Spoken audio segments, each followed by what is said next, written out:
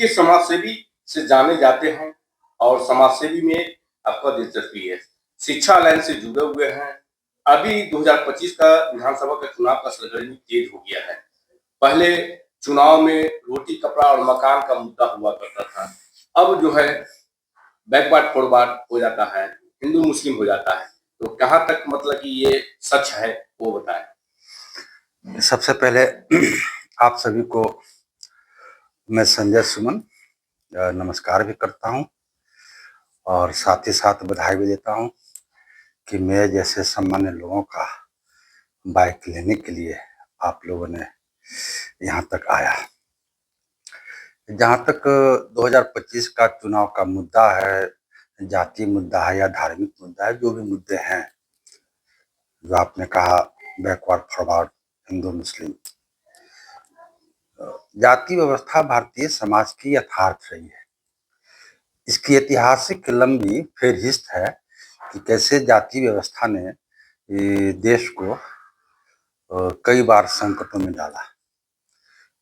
देश गुलाम भी हुआ, देश पर दूसरे देशों का शासन भी हुआ। इन सब के पीछे जाति व्यवस्था ही मुख्य आधार बिंदु रहा है। इसकी चर्चा जो भी हमारे ऐतिहासिक शोधकर्ता हैं या राजनेता हैं अपने मंचों से कई बार इसकी शिकायत कर चुके हैं कि प्लासी का युद्ध हो या अन्य मामला हो, कि जातीय व्यवस्था किस तरह भारतीय एक विविधता वाली संस्कृति है, एक गंगा जमुनी संस्कृति इसकी जो पहचान रही है, कैसे जातीय व्यवस्था ने इसको बार बार खंडित करने का प्रयास किया है। निश्चित रूप से इस चुनाव में जाति व्यवस्था एक यथार्थ है लेकिन दुखद पहलू है। दूसरी बात कि लोकतांत्रिक प्रक्रिया में हम जी रहे हैं। लोकतांत्रिक कुछ मूल्य होते हैं। हमारे देश के राजनेताओं ने खासकर स्वतंत्रता आंदोलन के दरमियान किस तरह जाति व्यवस्था से जकड़ी हुई लोगों को क्रमशः लोकतांत्रिक मूल्यों से परिचय कराया, उस पर आरूढ़ भी हुआ, जिसमें हमारे जितने भी राजनेता रहे, महात्मा गांधी रहे हों, जवाहरलाल नेहरू रहे हों, पटेल जी रहे हों, सुभाष चंद्र बोस जी रहे हों, भगत सिंह रहे हों, जितने भी हमारे राजनेता हैं, उन्होंने जो पृष्ठभूमि तैयार की थी और उस पृष्ठभूमि की झलक आजादी के बाद भी हम जब देखते हैं, जब चुनाव होते हैं और कैसे हमारे राजनेता आते हैं और कैसे भारत को एक विकसित राष्ट्र कहें या एक आत्मनिर्भर राष्ट्र बनाने की दिशा में प्रयास करते हैं, चाहे वो नेहरू जी हो, चाहे लाल बहादुर शास्त्री हो, चाहे इंदिरा गांधी हो या अन्य कोई हो।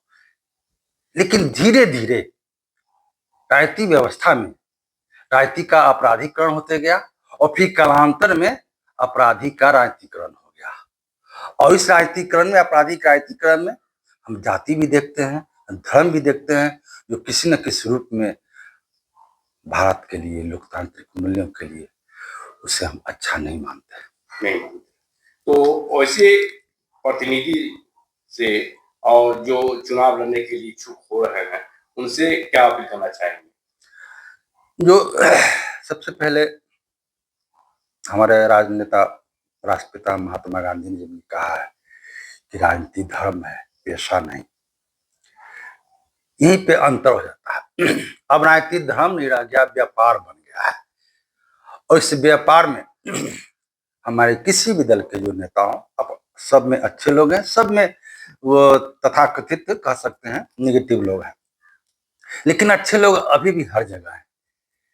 समस्या आती है कि जो उपभोक्तावादी संस्कृति का दौर चल रहा है, अधिकतम सुविधाओं का उपभोगी जहां व्यक्ति के पहचान का केंद्र बन गया हो, वैसी परिस्थिति में राजनेता भी जो भी हो, कहाँ अपने आप को अलग रख पाएंगे और साथ में जनता भी।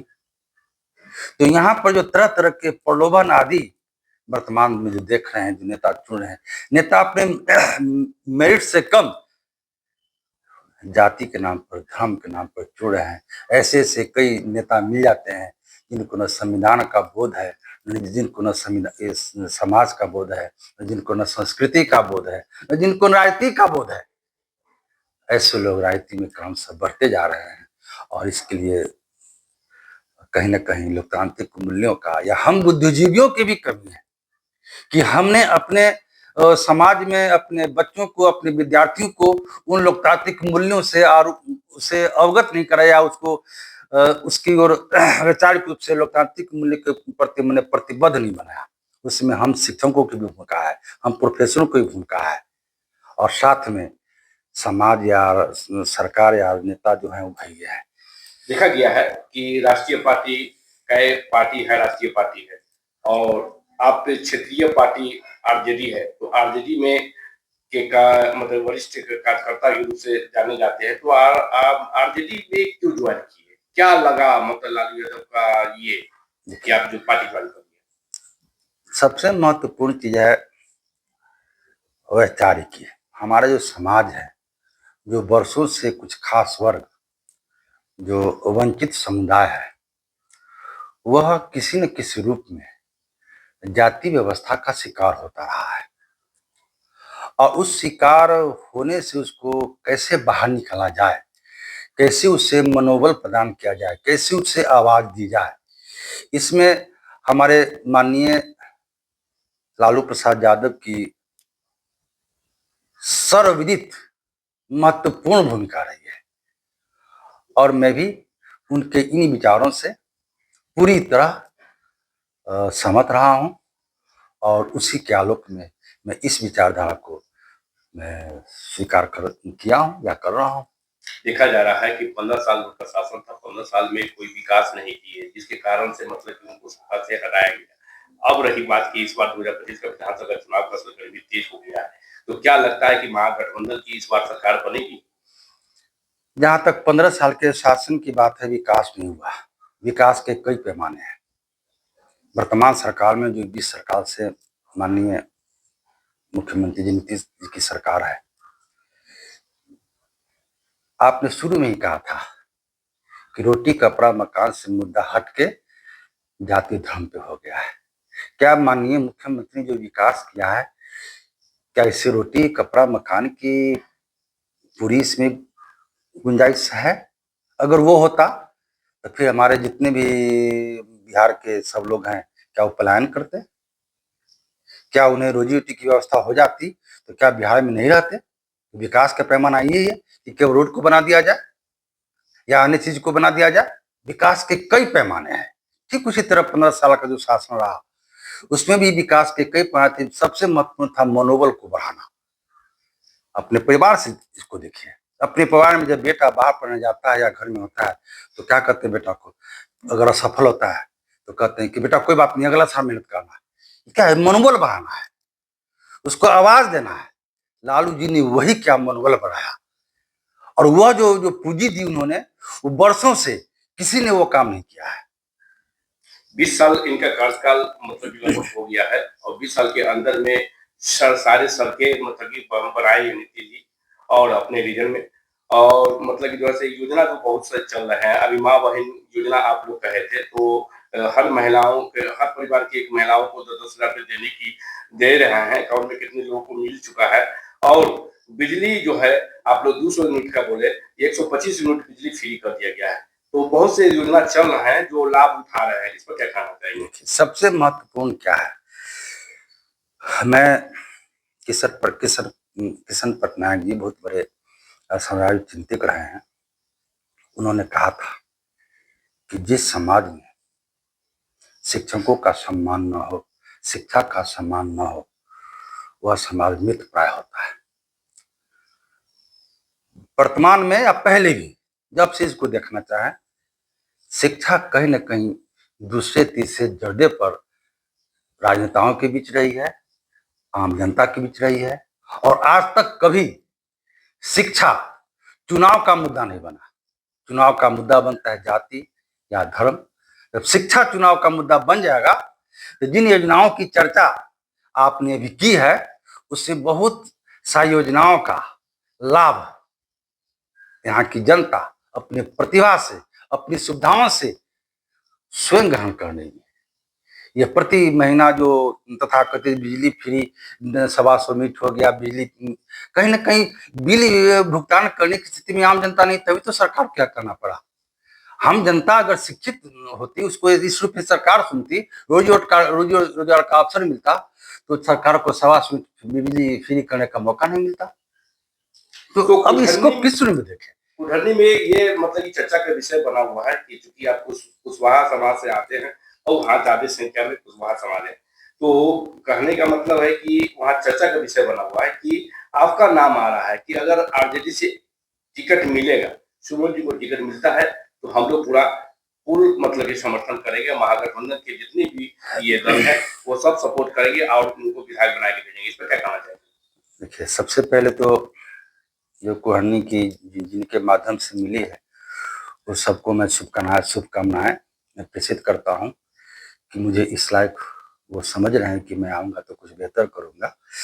वैसे मैं पूरा है ना, पूरा उसमें लड़ना ही है,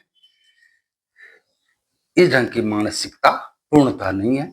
हाँ, पार्टी का आदेश होगा कि ना आप चुनाव में आइए तो निश्चित रूप से मैं चुनाव भाग लूंगा।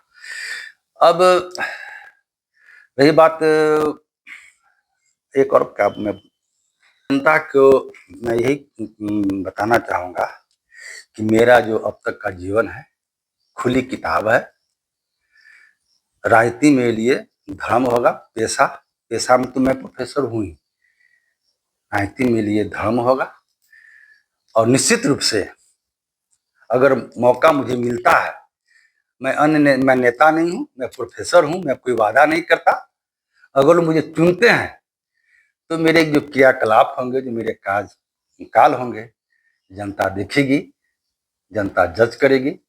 मैं अपने मुंह से उसके संदर्भ में कुछ भी कहना कि मैं ये कर दूंगा वो कर दूंगा, यह मुझे से व्यक्तित्व के लिए नहीं है। हाँ, ये मैं जरूर करूँ, वो करेंगे, लेकिन इतना मैं जरूर कहूँगा अब तक मेरी खुली किताब है और यह आगे भी रहेगी, इसका मैं आश्वस्त कर सकता। अगर आप विधानसभा में आते हैं तो क्या प्राथमिकता होगी आपकी पहली? अभी देहात में कहावत है और उस पर वादा के संदर्भ में मैं कुछ भी नहीं कहना चाहूंगा। प्राथमिकता जैसे सब लोगों ने था, क्या हमारे जो राजनेता या जो पार्टी की तरफ से जो वो चुनाव घोषणा पत्र जारी हो रहा है उसी को ठीक से लागू हो जाए, वही जनता के लिए सबसे बड़ी विकास होगी। जितना कोई भी दल हो, जिस तरह संविधान बहुत अच्छे हैं, सब दल का घोषणा पत्र बहुत अच्छा होता है। उस घोषणा पत्र पर अमल होने की चीज है। अगर उस घोषणा पत्र पर अमल हो गया तो हर जनता की वो समस्या बहुत हद तक दूर हो जाएगी। तो मैं समझता हूं कि राजे जी ने जो घोषणा पत्र जारी किया है किसी भी ये क्षेत्र के लिए, वही एक बहुत बड़ा विकास का मापदंड होगा, और बशर्ते कि उस पर अमल किया जाए।